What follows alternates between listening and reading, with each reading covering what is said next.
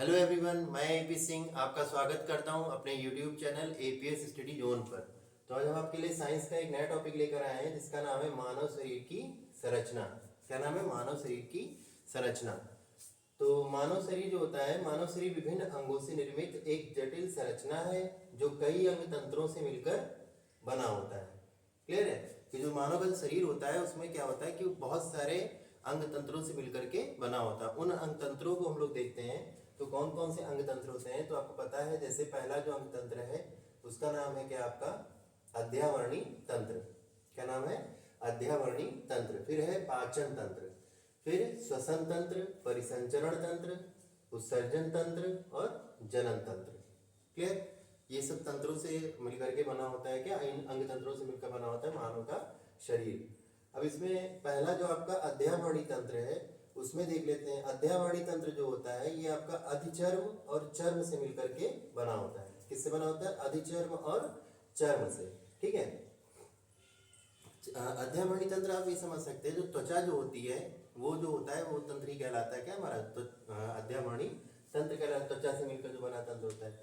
इसमें जो चर्म होता है वो आपका मेन होता है इसमें ज्यादातर। तो चर्म भी देखिए तो कुछ पार्ट्स में बटा होता है, यानी चर्म जो है वो भी क्या होता है? कुछ भागों में बटा होता है। जैसे पहला इसमें है रोम। रोम आपको पता है पूरे शरीर में जैसे त्वचा का आवरण रहता है वैसे ही क्या होता है कि रोम का भी लगभग जगहों पर, अधिकांश जगहों पर क्या होता है कि रोम का आवरण रहता है त्वचा में। ठीक है। फिर आता है, अब त्वचा से एक भी यहाँ क्वेश्चन बन जाता है कि मानव शरीर का सबसे बड़ा अंग कौन सा है? तो सबसे बड़ा अंग अगर देखा जाए तो त्वचा ही है। क्लियर? जबकि सबसे बड़ी ग्रंथि अगर पूछ लिया जाता है तो वो यकृत होती है। ठीक है। तो इसमें जैसे पहला बताया गया रोम, फिर दूसरा श्वेत ग्रंथियां। श्वेत ग्रंथियां वही ग्रंथियां होती हैं जिनमें से श्वेत का निर्माण होता है। श्वेत क्या होता है? तो पसीना होता है। ठीक है। यानी जहां जिन ग्रंथियों से पसीने का निर्माण होता है वही कहलाती है क्या? श्वेत ग्रंथियां। फिर आता है तेल ग्रंथियां। तेल ग्रंथियां होती हैं जिनमें तेल का निर्माण होता है। वे ग्रंथियां जो तैलीय पदार्थों का निर्माण करती हैं तेल ग्रंथियां कहलाती हैं। फिर तंत्रिका सूत्र आ जाते हैं, जो तंत्रिका कोशिकाओं के सूत्र होते हैं। तंत्रिका कोशिका क्या? मानव शरीर की सबसे बड़ी क्या है? कोशिका है। ठीक है। मांसपेशियां। मांसपेशियां जो होती हैं जो मांसल भाग का निर्माण करती हैं शरीर का, है ना। मांसपेशियां आपको पता है कि जो होती हैं, कहते हैं मांसल भाग जो होते हैं उनको बनाने का निर्माण ये करती हैं। वसाकण जो होते हैं जो वसीय भागों का निर्माण करते हैं शरीर के अंदर। फिर आता है पाचन तंत्र। पाचन तंत्र में क्या हो जाएगा? आपके दो भागों से मिलकर बना होता है। पहली बात तो क्या है? तो कह सकते हैं वह तंत्र जो पाचन की प्रक्रिया को क्या करता हो? सुचारू ढंग से चलाने में सहायता करता है, पाचन तंत्र कहलाता है। इसमें आपके दो मुख्य भाग होते हैं, एक होता है आहार नाल और दूसरा होता है पाचन ग्रंथियां। आहार नाल क्या है? ये फिर से कई भागों में बटी होती है। ठीक है। जैसे मुख व मुख गुहा होता है। मुख में जैसे ही आप भोजन ग्रहण करते हैं वहीं से पाचन क्या हो जाता है? स्टार्ट हो जाता है। मुख गुहा जो मुख के अंदर की जो कैविटी होती है जहाँ पे भोजन बाद में जाता है, ठीक है, तो कहलाता है मुख गुहा। फिर ग्रसनी। ग्रसनी जो भोजन को ग्रहण कर रही होती है। फिर उसके नीचे ग्रास नली जो और नीचे तक उसको लेकर जाती है ग्रास ग्रसनी से बाद में। ठीक है। फिर अमाशय। अमाशय में भोजन का क्या होता है? लगभग भाग का पाचन हो चुका होता है। ठीक है। फिर आता है आंत। आंत क्या करती? भोजन को महीन महीन पीस करके और पचाने में क्या करती रहती है? हेल्प करती। आंतें आपको पता है दो प्रकार की होती है, एक होती है छोटी आंत, दूसरी होती है बड़ी आंत। छोटी आंत जो होती है वो वास्तव में क्या होती है? लंबी होती है। ठीक है। और जो बड़ी आंत होती है वास्तव में वो छोटी होती है। क्लियर है? छोटी आंत जो रहेगी कभी कभी होती है 6 से 7 मीटर की, और जो बड़ी आंत होती है वो 3 से 4 मीटर की होती है। अब बात ये आती है कि छोटी को बड़ी क्यों कहते हैं और बड़ी को छोटी क्यों कहते हैं। ठीक है। तो बड़ी जो आंत होती है उसकी जो अंदर की जो कैविटी होती है वो बड़ी होती है। ठीक है। यानी उसकी लंबाई कम है लेकिन जो उसका एरिया है अंदर का वो बड़ा होता है। ठीक है। इसलिए उसको बड़ी आंत बोलते हैं। जबकि छोटी आंत में क्या लंबाई ज्यादा है लेकिन एरिया जो अंदर का है वो क्या है? कम होता है। ठीक है। अच्छा। फिर आता है पाचन ग्रंथियां। पाचन ग्रंथियों में आपका कहते हैं लार ग्रंथियां जाती है, जो लार को बनाने का क्या करती है? कार्य करती है। ठीक है। लार ग्रंथियां जो मनुष्य में पाई जाती है वो 3 जोड़ी लार ग्रंथियां होती है। कितनी होती हैं? 3 जोड़ी, जिनको हम लोग सबलिंगुअल लार ग्रंथि कह सकते हैं। Sublingual salivary gland. ठीक है। फिर आपकी आती है पैरोटिड सलाइवरी ग्लैंड। फिर आती है आपकी क्या? सब मैंडिबुलर सलाइवरी ग्लैंड आती है।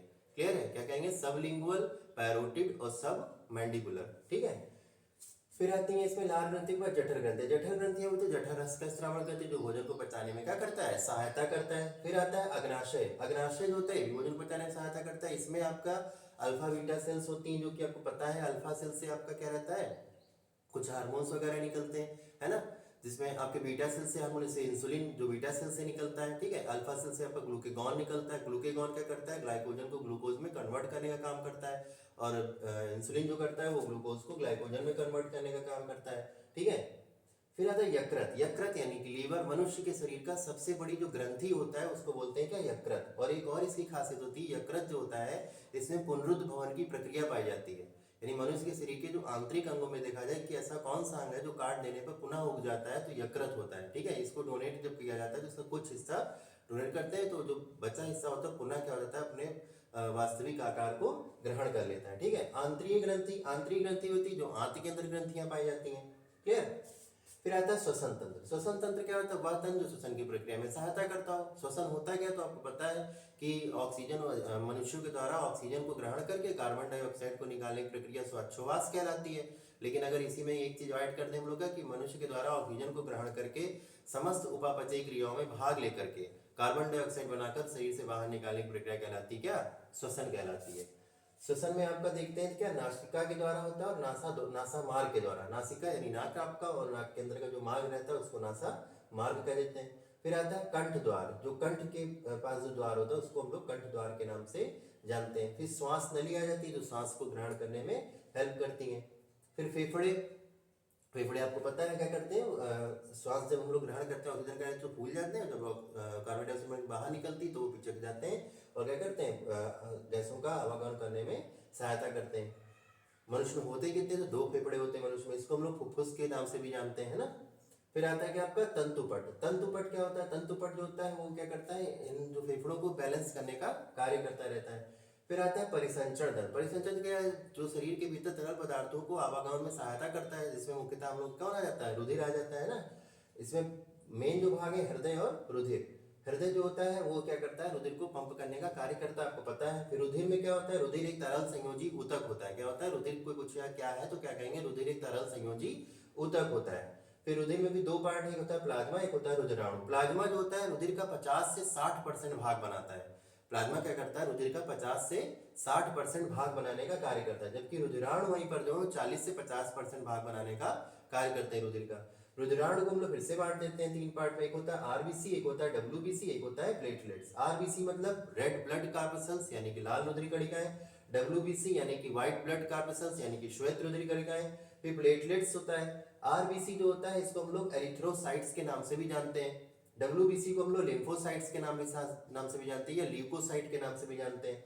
प्लेटलेट्स को हम लोग थ्रोम्बोसाइट्स के नाम से भी जानते हैं। क्लियर है, तो ये भी नाम ध्यान रखेंगे कि आरबीसी को एरिथ्रोसाइट्स, डब्ल्यूबीसी को ल्यूकोसाइट्स या लिम्फोसाइट्स, प्लेटलेट्स को हम लोग किस नाम से जानते हैं, तो थ्रोम्बोसाइट के नाम से जानते हैं। क्लियर है। प्लेटलेट्स ही हैं जो आपको पता होगा कि जब रुधिर का जो थक्का जमता है उसको बनाने में क्या करती हैं, सहायता करती है। जबकि डब्ल्यूबीसी जो होती है ये प्रतिरक्षी तंत्र को बनाने का कार्य, रोगों से प्रतिरक्षा को उत्पन्न करने का कार्य करती है डब्ल्यूबीसी। क्लियर है, तो ये रुधिर के बारे में हो गया। फिर आता है आपका क्या, उत्सर्जी तंत्र। मनुष्य में देखिए जो मुख्य उत्सर्जी तंत्र अंग है वो क्या है, वृक्क यानी कि किडनी होती है। कितनी होती है तो आपको पता है, मनुष्य के शरीर में 2 किडनियां पाई जाती है जो कि सेम के बीज के आकार की होती हैं। क्लियर है। औसत वजन अगर देख लें किडनियों का होता है तो कितना है, 140 ग्राम के आसपास होता है। क्लियर है। इसमें नेफ्रॉन्स लगे होते हैं, क्या होते हैं, नेफ्रॉन्स लगे होते हैं, जो कि उनकी संख्या करीब करीब 10 से 12 लाख के आसपास होती है ना।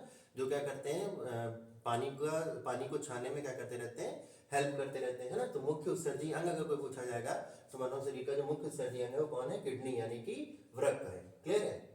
फिर आता है जनन तंत्र। जनन तंत्र क्या होता है, वह तंत्र मनुष्य शरीर जीवित कोशिकाओं के जीवित शरीर का जो क्या करता हो, जनन की प्रक्रिया को करने में सहायता करता हो, तो जनन तंत्र कहलाता है। जनन तंत्र भी 2 प्रकार से बटा होता है, एक होता है नर जनन तंत्र, एक होता है मादा जनन तंत्र। नर जनन तंत्र यानी कि मेल रिप्रोडक्टिव सिस्टम, मादा जनन तंत्र यानी कि फीमेल रिप्रोडक्टिव सिस्टम। ठीक है। नर जनन तंत्र में आपके कुछ अंग आ जाते हैं जो क्या होते हैं, जैसे वृषण हो गया, अधिवृषण हो गया, शुक्र वाहिनियां हो गई, शुक्राशय हो गया, शिश्न हो गया, सहायक ग्रंथियां हो गई। क्लियर है।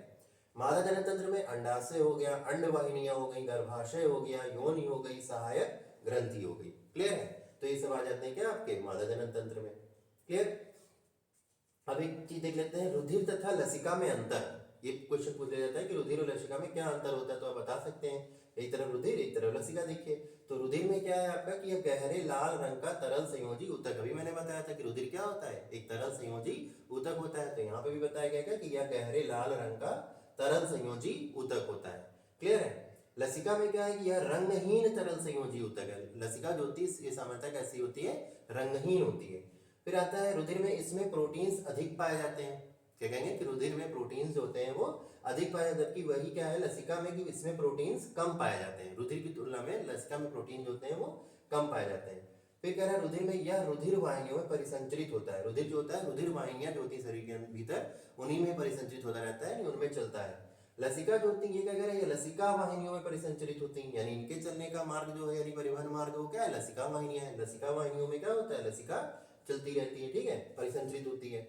फिर कह रहा है रुधिर में इसमें ऑक्सीजन की मात्रा अधिक होती है। रुधिर जो होता है उसमें ऑक्सीजन की मात्रा अधिक होती है, तभी जब हम लोग ऑक्सीजन को ग्रहण करते हैं तो हमारे जो हीमोग्लोबिन होता है, जो रुधिर को लाल रंग प्रदान कर रहा होता है, उस हीमोग्लोबिन के साथ में जो ऑक्सीजन मिल जाता है तो हीमोग्लोबिन का नाम हो जाता है ऑक्सी हीमोग्लोबिन।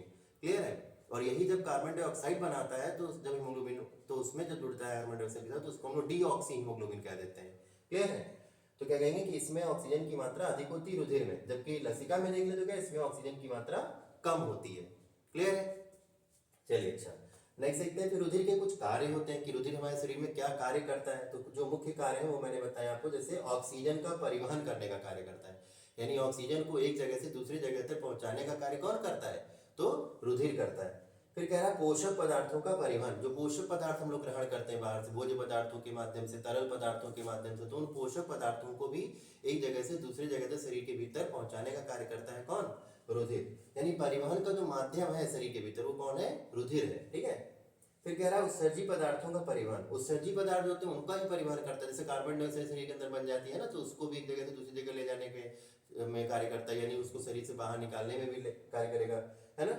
फिर शरीर के ताप पर नियंत्रण, शरीर में चलता रहता है, परिवहन करता है, जैसे शरीर में क्या होता है घर्षण उत्पन्न रहता है, इसकी वजह से क्या रहता है शरीर के भीतर एक ताप बना रहता है, निश्चित ताप। जो आपको पता है कि मनुष्य के शरीर का जो सामान्य ताप होता है वो कितना होता है, 37 डिग्री सेल्सियस होता है। ठीक है, 98.6 फॉरेनहाइट में होता है और 310 केल्विन में होता है, यानी तीनों यूनिट्स में आपको इसको ध्यान रखना पड़ता है कि मानव शरीर का जो ताप होता है कौन नियंत्रित कर रहा है, तो रुधिर नियंत्रित करता है। ठीक है, दूसरी बात क्या है कि ताप होता कितना, 37 डिग्री सेल्सियस होता है। ठीक है, और आपका 310 केल्विन होता है। ठीक है, और 98.6 फॉरेनहाइट में होता है। क्लियर है? तो इस तरह से भी ध्यान रखना है। फिर आता है लसिका के कार्य। लसिका का क्या कार्य है, तो कह रहा है कोमल अंगों को रगड़ से बचाता है। जैसे लसिका जो होती है, जैसे जो कोमल अंग है अगर उसमें किसी तरह की रगड़ लग जाए, कोई ठेस पहुंच जाए, कोई चोट हल्की सी लग जाए, तो उस समय क्या करता है, रगड़ से बचाने का कार्य करता है उन कोमल अंगों को। कौन, लसिका। ये स्वयं उन आघातों को सह लेता है लेकिन अंगों पर कोई प्रभाव नहीं पड़ने देता है। फिर कह रहा है जीवाणुओं का भक्षण, जो बाहरी जीवाणु वगैरह शरीर के अंदर ट्रांसमिट होते हैं तो उनको शुरुआत में ही भक्षण कर लेती हैं कौन, लसिकाएं, जिसकी वजह से वो रोग वाहक का कार्य फिर शरीर के भीतर नहीं कर पाते हैं। फिर आता है CO2 व अन्य उत्सर्जी पदार्थों को रक्त तक पहुंचाना। जो CO2 यानी कार्बन डाइऑक्साइड है या कुछ अन्य उत्सर्जी पदार्थ उनको रक्त तक पहुंचाता है, क्योंकि फिर रक्त से ही वो क्या हो जाएंगे, पल्मोनरी आर्च वगैरह से होते हैं फेफड़े में, फेफड़े से फिर क्या हो जाएगा, नासा द्वार, नासा मार्ग के द्वारा शरीर से बाहर निकाल दिए जाते हैं। पोषक तत्वों का आदान प्रदान करने में माध्यम के रूप में, पोषक तत्व जो होते हैं शरीर के भीतर उनका भी आदान प्रदान करने में क्या करता है, माध्यम के रूप में कार्य करता है। क्लियर है? तो ये आपके क्या हो गए, लसिका के कार्य हो गए। क्लियर है? तो आज मैंने आपको क्या बताया कि मानव शरीर क्या था, ठीक है, किन किन तंत्रों से मिलकर बना हुआ था, उन तंत्रों के जो मुख्य मुख्य तथ्य थे वो मैंने आपको बताए। ठीक है, फिर रुधिर और लसिका में अंतर बताया, फिर रुधिर के कार्य बताए, लसिका के कार्य बताए। क्लियर है?